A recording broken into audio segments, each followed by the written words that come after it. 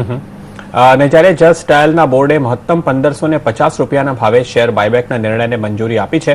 આજ મામલે વાતચીત કરવા આપણી સાથે જોડાઈ રહ્યા છે જસ્ટ સ્ટાઇલના फाउंडर ने सीईओ VSS मणि। मिस्टर मणि, गुड मॉर्निंग।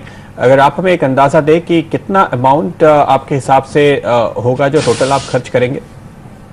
तकरीबन 170 करोड़ रुपए खर्च करेंगे। That will be around 2% odd of the paid up capital will be bought, I mean number of shares. Okay और ये टेंडरिंग प्रोसेस से होगा, यानी सबको अपने शेयर टेंडर करने होंगे और फिर आप प्रोपोर्शनेटली उसको बाय करेंगे? हाँ जी, बिल्कुल सही है।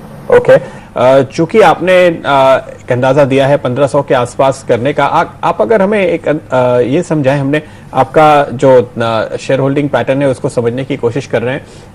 एक्चुअल रिटेल छोटे इन्वेस्टर्स कितने हैं आपके कंपनी में? मेरे ख्याल से करीब 2.5 से 3% होंगे छोटे इन्वेस्टर्स।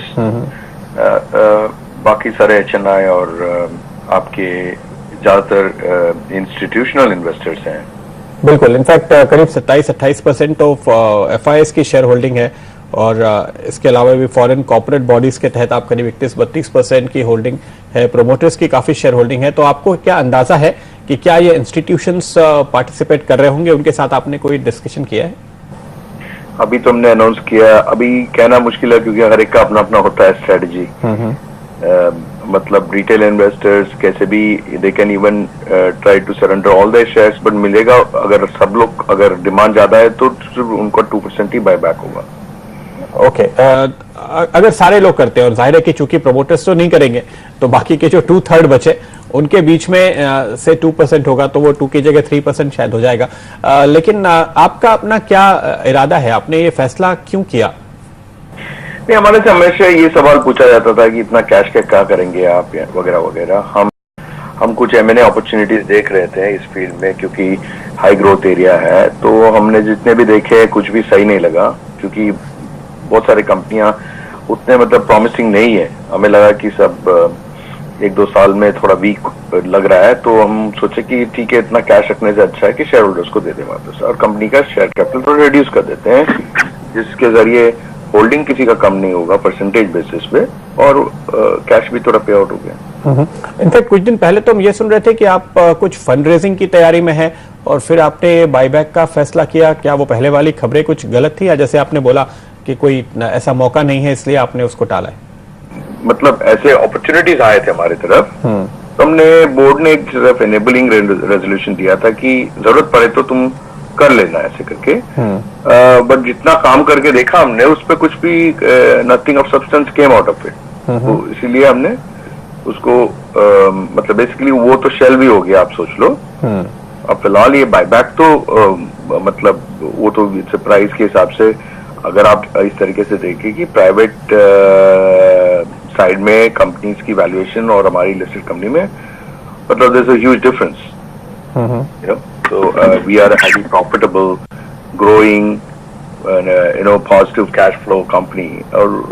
और उधर बहुत सारी कंपनियां they're burning but they're getting several times more valuation. तो हमने फंड्स जो ले रहे हैं वो उसको रिवॉर्ड करें हम। पीक फंड्स जो ले रहे हैं उस पर आपका इशारा है, क्योंकि लिस्टेड वर्ल्ड में तो शायद ऐसी कंपनीज है नहीं जिससे आप कंपेयर करें। हाँ, मैं अनलिस्टेड स्पेस की बात। हाँ, ओके। तो आपको लगता है कि वैल्यूएशन उस हिसाब से आपको नहीं मिल रहा और इस कदम के बाद शायद बेहतर वैल्यूएशन नजर आए, पर आगे जाते हुए आप कहीं और एक्विजिशन की कोई अपॉर्चुनिटी जैसे पहले देख रहे थे वैसे आपको नजर नहीं आ रही?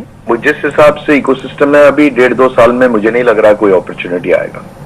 और इसकी वजह भी ये है कि जब पी फंडिंग अवेलेबल है तो आपको शायद मौका ना मिले, ऐसा? हमारे यहाँ तो हर हफ्ते एक प्रपोजल आता है। Okay, but basic foundations companies की उतनी स्ट्रांग नहीं है बड़ी, तो इसलिए हमें ये भी देखना है कि हमारे कल्चर के साथ भी मैच हो। आपको जैसे मालूम होगा जस्डाइल ऐसी कंपनी है जो सिर्फ एक 50,000 की कैपिटल में इतना बड़ा कंपनी खड़ा किया हमने। मतलब हमारी जो वे ऑफ ऑपरेशन फ्रूगल है, हमने हमेशा शेयर होल्डर्स की वैल्यू बढ़ाया है, चाहे वो प्राइवेट इक्विटी वाले हो या हमारे IPO में जिन्होंने इन्वेस्ट किया है। तो हमारी सोच अलग है, तो उसको मैच करने के लिए ऐसी कंपनीज मिलनी चाहिए जिनको हम एक्वायर करके आगे बढ़ सके हमारी कल्चर के हिसाब से। बिल्कुल, ओके मिस्टर मणि, बहुत बहुत शुक्रिया आपका और उम्मीद करें कि ये एक अच्छी खबर बाजार इसको पॉजिटिवली ले। અત્યારે આપણે જોઈએ તો 4% ની આસપાસ જસ્ટ ડાયલમાં વધારો છે, પણ આપણે શરૂઆતમાં જે રીતે એક પ્રી ઓપનમાં ખાસી 10% જેટલી તેજી જોઈ હતી એ નથી ટકી રહી. ગૌરાંગજી, આપણે આ સમગ્ર ચર્ચા ઉપરથી આપનો હવે શું વિચાર બને છે આ સ્ટોક પર?